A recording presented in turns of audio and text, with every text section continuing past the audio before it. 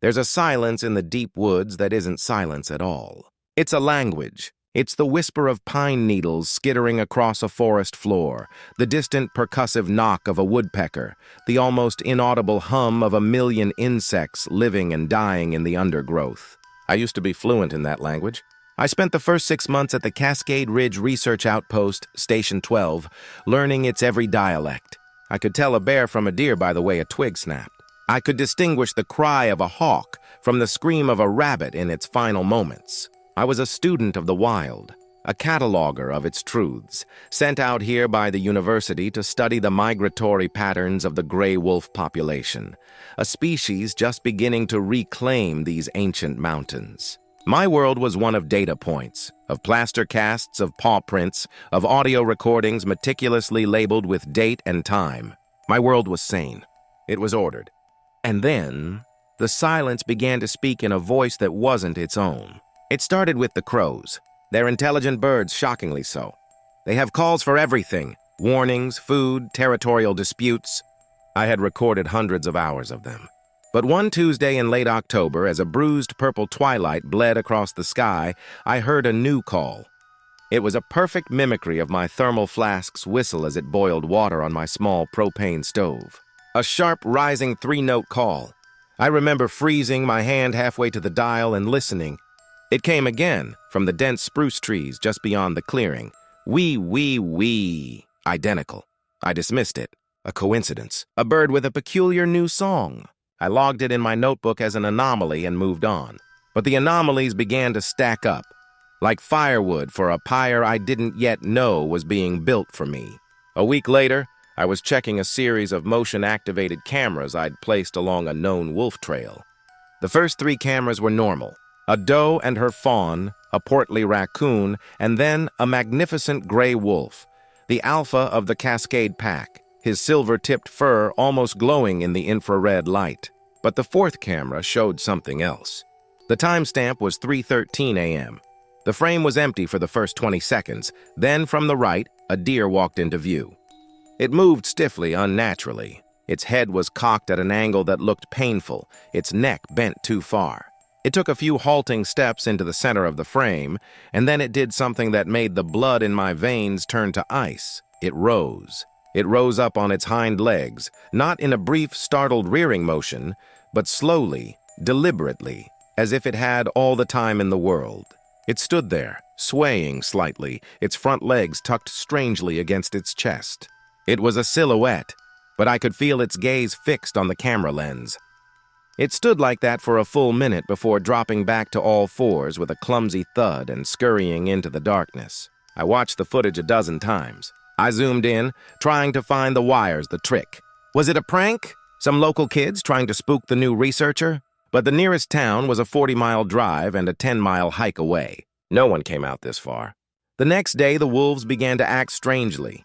My tracking collars showed them moving in erratic patterns, avoiding the western ridge entirely, a place that had been their prime hunting ground. When I analyzed the audio from the remote listening posts in that area, I didn't hear wolf howls. I heard a single dog yapping and barking. It sounded like a small terrier, a sound so domesticated and out of place in this sprawling wilderness that it was utterly absurd. Yet the sound was there, echoing through the canyons where the wolves should have been. The final piece of the puzzle, the one that shattered my comfortable, rational world, came that Friday. I was out marking trees for a new survey grid a mile or so from the outpost. It was a quiet, still afternoon. The air was thick with the smell of damp earth and decaying leaves. I was humming to myself, a stupid tune from an old commercial when I heard it. My own voice. Hello? It was faint, carried on the wind from deeper in the woods. Elias? My name. It was my voice, no question. The exact pitch, the exact cadence. It sounded like a recording, a perfect echo of me calling out. I froze, my hand on the trunk of a massive Douglas fir. I told myself it was the wind, a trick of acoustics in the valley. But I'm a scientist. I deal in evidence. I cupped my hands around my mouth and shouted, "Who's there?" For a long moment, there was only the sigh of the wind through the canopy. And then the reply. It was my own shout, played back to me. "Who's there?" But this time it was different. It was distorted, the pitch slightly too high at the end, like a tape being warped. A cold dread, primal and absolute, washed over me. This wasn't a prank. This wasn't a coincidence. Something in these woods was listening, and it was learning. That night I didn't sleep. I sat in my small plywood cabin, a shotgun I hadn't touched in months laid across my lap. Every gust of wind was a footstep. Every rustle of leaves was a presence. I turned on all the lights, the generator humming loudly in the sudden oppressive silence. I tried to reason with myself.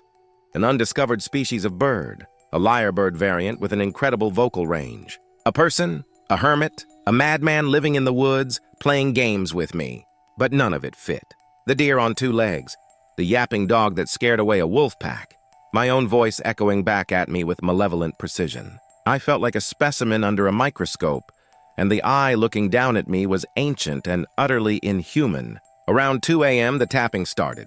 A light, rhythmic tap-tap-tap on the window pane above my small sink.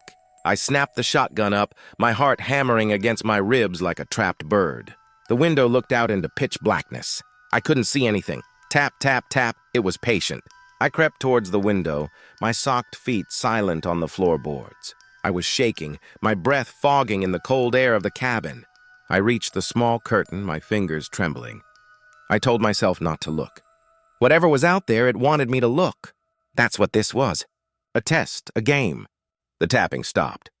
The silence that followed was somehow worse. I stood there for what felt like an eternity, my ears straining, trying to hear past the frantic thumping of my own blood. And then I heard the scratching. It wasn't on the window anymore. It was on the door. A slow, deliberate scrap, like long nails being dragged down the wood. It was testing the locks. I backed away, raising the shotgun again, aiming it at the center of the door. My mind was racing. Who was I? I was Elias Vance, PhD candidate, a man of logic and reason. I believed in the observable, the quantifiable. I did not believe in monsters. But the thing outside my door wasn't interested in my beliefs. Scrap! It dragged on, a sound designed to fray the very ends of a man's sanity. And then a new sound. A voice. It was a woman's voice, choked with sobs. Elias, honey, please let me in. I'm so cold. It was my mother's voice. My mother, who was 800 miles away in a retirement home in Arizona. My mother, whose voice I hadn't heard in 6 months. It was perfect. The slight tremor, the faint lisp she had when she was upset. It was her. And it was impossible. Go away, I screamed, my voice cracking. You're not real. The sobbing outside intensified. Elias, what's wrong with you? Open the door, I'm scared. Something followed me through the woods. It was a masterclass in manipulation. It was using my own love, my own memories as a weapon against me. I was trapped in a nightmare woven from the fabric of my own life. I spent the rest of the night huddled in the corner furthest from the door, shotgun aimed, listening to the thing outside cycle through its repertoire. It used my mother's voice, my father's, my college roommates. It even tried to replicate the meow of the cat I'd had as a child.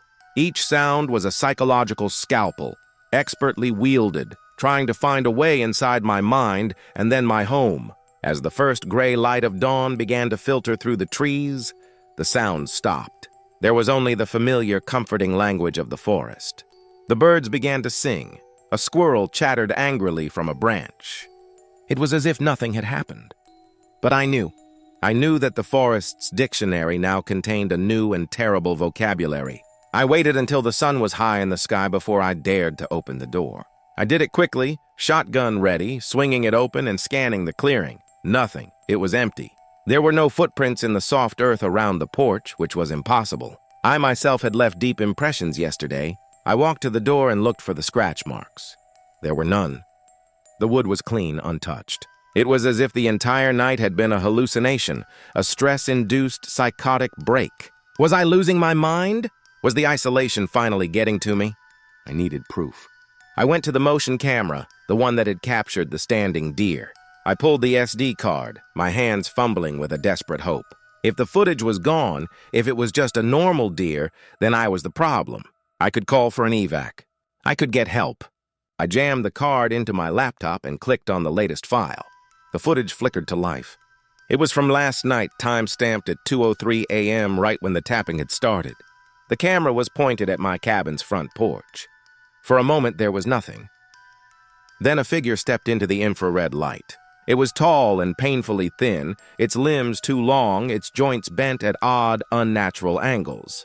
It was hairless, its skin a pale, waxy gray. It had no discernible face, just smooth, vaguely indented planes where eyes and a mouth should be. It moved to my window and raised a long, three-jointed finger, tapping it gently on the glass. Tap, tap, tap. Then it turned its blank face towards the camera, as if it knew it was being watched. It opened a slit in its face, a lipless mouth that stretched too wide, and from that impossible opening came the perfect, terrified, sobbing voice of my mother. "Elias, honey, please let me in." My sanity wasn't leaving me. Something far worse was happening. My sanity was being deliberately and methodically dismantled by a thing that should not exist. My first instinct was to run, pack a bag, hike to the truck, and drive until the mountains were a blue smudge in my rearview mirror. But another part of me, the scientist, the stubborn fool who came here for answers, refused. I couldn't leave. What was this thing? Was it the only one? If I ran, who would it find next? I had to document it. I had to understand it. That decision, born of a toxic mixture of academic pride and terror-fueled adrenaline, was the worst mistake of my life. I spent the next 2 days fortifying the cabin. I boarded up all the windows except for a small slit in the front one, just big enough to see out of. I reinforced the door with a heavy log. I set up a perimeter of cameras, all feeding directly to my laptop. I was turning my research station into a fortress, a besieged outpost in a war I didn't understand. During the day, there was nothing. The forest was calm, peaceful even. It was a beautiful, sun-drenched prison, but I knew it was just waiting. The sun was its cage, and night would bring the jailer. The second night, it changed its tactics. There were no voices, no tapping. There was only silence. A deep, profound, unnatural silence. The insects stopped chirping. The owls stopped hooting. It was like the entire forest was holding its breath. I sat at my desk watching the live feeds from the cameras. The forest was a monochrome world of grays and blacks. For hours, nothing moved. Then, on camera 3, which was pointed at the eastern edge of the clearing, I saw it. It was on all fours this time, but its movement was wrong. It wasn't the fluid lope of a wolf or the crawl of a bear. It was a jerky, spidery scuttle, its long limbs moving in a way that seemed to defy biology. It crept to the edge of the tree line and stopped, its blank head tilted as if listening. And then it began to change. I watched, my mind refusing to process what my eyes were seeing. Its back began to arch and contort. Its limbs shortened and thickened. The pale skin darkened, and a coarse, dark fur seemed to sprout from it. Within a minute, standing where the pale creature had been, was a wolf. It was a perfect replica of the alpha male of the Cascade pack, right down to the small notch in its left ear I had noted weeks ago. The copy stood there for a moment, then threw its head back and let out a howl. But the sound was wrong. It was a howl, yes, but it had an undertone, a faint, metallic, grinding quality, like the sound of rocks being crushed deep underground. It was a sound that pretended to be nature, but was born of something else entirely. It began to pace the edge of the clearing, circling my cabin like the predator it was imitating. On my screen, I watched it, this perfect, terrible copy. It was showing me what it could do. It could become the familiar. It could wear the skins of the creatures I knew, the animals I had come here to study. It was telling me that I couldn't trust my own eyes. Nothing was safe. Nothing was real. Suddenly, it stopped pacing and looked directly at camera 3. It lowered its head, and then it spoke. In my own voice, clear as a bell, it said, "I know you're watching, Elias." Then it lunged at the camera, and the feed went dead. One by one, the other cameras went out. A blur of motion, a flash of gray fur, and static. It was taking out my eyes, isolating me, plunging me back into the dark. I was alone again, with only the reinforced walls of the cabin between me and the thing that was hunting me. The hours crawled by. The only sound was the hum of the generator and my own ragged breathing. I didn't know where it was. Was it circling? Waiting? Was it trying to find another way in? Then, from the roof, I heard a heavy thump, followed by the sound of something dragging itself across the shingles. It was on the cabin. It was directly above me. My blood ran cold. The roof was the one thing I hadn't reinforced. It was just tar paper and plywood. I could hear it moving, a slow, heavy scraping. It sounded like it was testing the structure, looking for a weak point. And then a new sound, a soft, rhythmic dripping, plink, plink, plink. It was coming from right above my head. I looked up at the ceiling. A dark, oily spot was forming on the pine boards. It grew larger as I watched, and a single, thick black drop fell, splattering on the floor beside my boot. It smelled like rot, like old meat and grave dirt. What was it doing? Was it bleeding? Was it trying to corrode the roof? The scraping stopped. It was directly over the spot. I heard a sound that would haunt my nightmares for the rest of my life. A wet, tearing sound followed by a sickening crack, like a thick bone being snapped. Then silence. I waited, shotgun trembling in my hands. What was its game? And then slowly, a single, long, pale finger began to push its way through the ceiling. It was white, like bone, with a black talon-like nail at the end. It pushed through a splinter of wood, twisting and probing the air inside my cabin. It was in. A part of it was in. I fired. The blast was deafening in the small space. The pellets ripped through the ceiling, tearing a hole where the finger had been. A screech from the roof, high and piercing, a sound of pure agony and rage shattered the night. I heard a furious scrabbling and the heavy weight was gone. It had fled. For a few minutes, I just stood there, my ears ringing, staring at the ragged hole in my ceiling. A faint, foul-smelling black liquid was still dripping from the splintered wood. I had heard it. I had actually heard it. A sliver of hope, sharp and dangerous, pierced through my terror. Maybe I could survive this. Maybe I could fight it. The next day I went out. I knew it was a risk, but I had to. My generator was low on fuel and my food supplies were dwindling. The thing had been silent all day, and I gambled that it was wounded, hiding, recovering. I took the shotgun and a jerry can and made the half-mile trek to the supply shed. The forest felt different. It felt watchful, hostile. The normal sounds were there, but they felt like a performance. A carefully constructed stage play designed to lull me into a false sense of security. I got to the shed, filled the can, and grabbed as many ration packs as I could carry. It was on the way back that I saw it. In the middle of the path, lying in a patch of sunlight, was a rabbit. Its neck was clearly broken, but that wasn't what was wrong. Arranged in a neat circle around the rabbit were my trail markers, the small, brightly colored plastic flags I used to mark my survey grids. It had taken them, and it had arranged them in a deliberate, mocking pattern. It was a message. I can go where you go. I can touch what you touch. I am always watching. And then I saw the tracks. Next to the rabbit, in the soft mud, was a single, perfect footprint. It was the print of a bare human foot. But the toes were too long, and where the heel should have been, there was a deep, sharp indentation like that of a hoof. My heart sank. It wasn't just a mimic. It was an intelligence. A cruel, playful, and utterly alien intelligence. I ran.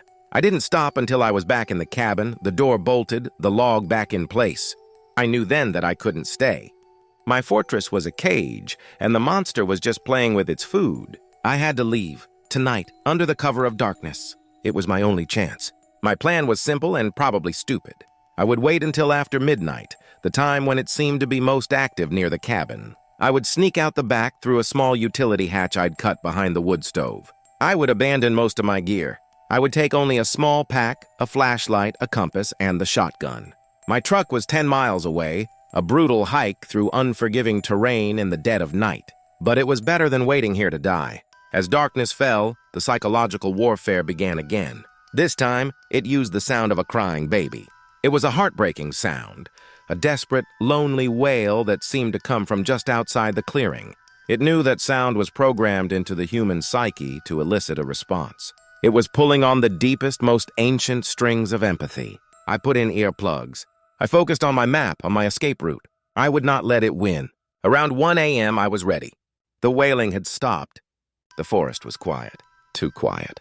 I took a deep breath, slung the pack over my shoulder, and crept to the back of the cabin. I moved the stove, unlatched the small hatch, and slipped out into the cold, black night. The air was frigid. The moon was hidden behind a thick blanket of clouds. I was in its world now. I moved slowly, carefully, using the trees for cover, trying to make as little noise as possible. Every step was a calculation. Every shadow was a threat. I'd made it about a quarter of a mile from the cabin when I heard a twig snap behind me. I froze, every muscle tensed. I slowly turned, raising the shotgun. I scanned the darkness, my flashlight beam cutting a nervous path through the trees. Nothing. I waited. 5 minutes, 10, still nothing. I was about to turn and continue when my light caught something on the trunk of a tree just a few feet from where I stood. It was a carving. Freshly made, the raw wood pale against the dark bark. It was a crude stick figure of a man, and next to it, a larger, misshapen figure with long arms and antlers. It knew my route. It was ahead of me. It was toying with me. Panic, cold and sharp, threatened to overwhelm me. I had to move. Now. I abandoned stealth and I ran. I crashed through the undergrowth, branches whipping at my face, my lungs burning. I didn't care about noise anymore. I just had to get away. I could hear it then. It wasn't trying to be silent anymore. It was crashing through the woods behind me, and it was fast. It was impossibly fast. I could hear the heavy thud of its footsteps, the sound of trees being splintered and thrown aside. It wasn't hunting me. It was hurting me. I burst out of the dense forest and into a rocky clearing, a dead end. Before me was a sheer cliff face, a 100-foot drop into a dark, churning river. I was trapped. I spun around, shotgun raised, panting, my back to the abyss. The crashing from the woods stopped. At the edge of the clearing, a figure emerged from the shadows. It was in the tall, pale form, but it was different now. It was wearing the head of a deer, a massive stag with a full rack of antlers. The deer head was tilted at a broken angle, and from beneath it I could see the pale, featureless face of the creature. It raised a long arm and pointed a bony finger at me, and then it spoke. It didn't use my voice or my mother's. It used a voice that was all its own. It was a dry, whispering chorus of 1,000 rustling leaves and cracking bones. "You are a lovely specimen," it hissed. "Such interesting fears." It took a step forward, its hoof-like feet clicking on the stone. I knew this was it. My last stand. I could feel the cold spray of the river on my back. I aimed the shotgun at its chest. "Get back!" I yelled, my voice a pathetic croak. It tilted its deer head, a gesture of mock curiosity. "Or you will—" "What? And the experiment?" It took another step. I fired. The buckshot hit it square in the chest, tearing a ragged hole in its pale flesh. It staggered back, but it didn't fall. There was no blood. Only a dark, empty cavity from which a low, grinding sound emerged. It looked down at the hole, then back up at me, and it laughed. It was a terrible, dry, rattling sound. "The flesh is a costume," it whispered. "I have many." It began to walk towards me again, its pace steady, unhurried. I fired my last shell. The blast hit its leg, blowing it apart at the knee. The creature stumbled, falling to one knee, but it just kept coming, dragging its ruined leg behind it, crawling, its long fingers digging into the rock, pulling its horrifying form towards me. I was out of options. I looked behind me, at the black water swirling below. Then I looked at the thing crawling towards me, its blank face inches from my feet. I made a choice. I dropped the empty gun and I jumped. The fall felt like forever. The cold hit me like a physical blow, knocking the air from my lungs. The current was powerful, dragging me under, tossing me against unseen rocks. But I fought. I kicked. I clawed my way to the surface, gasping for air. I was alive. I let the river carry me, my body numb, my mind a hollow shell of shock. After what felt like hours, the current slackened, and I managed to pull myself onto a muddy bank. I lay there shivering, broken but alive. I have no idea how long I lay there before I was found by a pair of hikers the next morning. I was in the early stages of hypothermia, covered in cuts and bruises. I told them my story, all of it. They looked at me with pity. They thought I was crazy, another victim of cabin fever. I was taken to a hospital, then a psychiatric facility. I spent months there. They diagnosed me with extreme PTSD and paranoid delusions brought on by prolonged isolation. They gave me medication. They told me I had created a monster in my mind to cope with the stress. But they couldn't explain the things I know. They couldn't explain the hole in the roof of the cabin, which the park rangers found and attributed to a bear. They couldn't explain the deep, non-ursine scratch marks found on the inside of the ceiling joists. They couldn't explain why the entire Cascade wolf pack had permanently abandoned their territory. and they couldn't explain the final audio file I had downloaded from the remote listening post before I fled. A file from after I had jumped. It was just 10 seconds long. It was the sound of the churning river, and then a dry, whispering voice. Specimen has escaped. The experiment continues. I'm out now. I live in a city surrounded by the noise of millions of people. I never go near the woods. I can't stand silence. But sometimes, late at night, when the city quiets down, I hear it. I hear a sound that doesn't belong. A perfect mimicry of a car alarm, but with the pitch just slightly wrong. A fragment of a song from a passing radio, but with the words twisted into something else. It's learning a new language now, a new environment, a new set of fears to play with. The experiment continues. And I know with a certainty that freezes my soul that it's looking for new specimens. If you've ever heard something in the dark you can't explain, something that wore the disguise of the familiar, share your story in the comments below. And for more tales from the edge of what's real, make sure to subscribe and hit that notification bell. You never truly know what might be listening.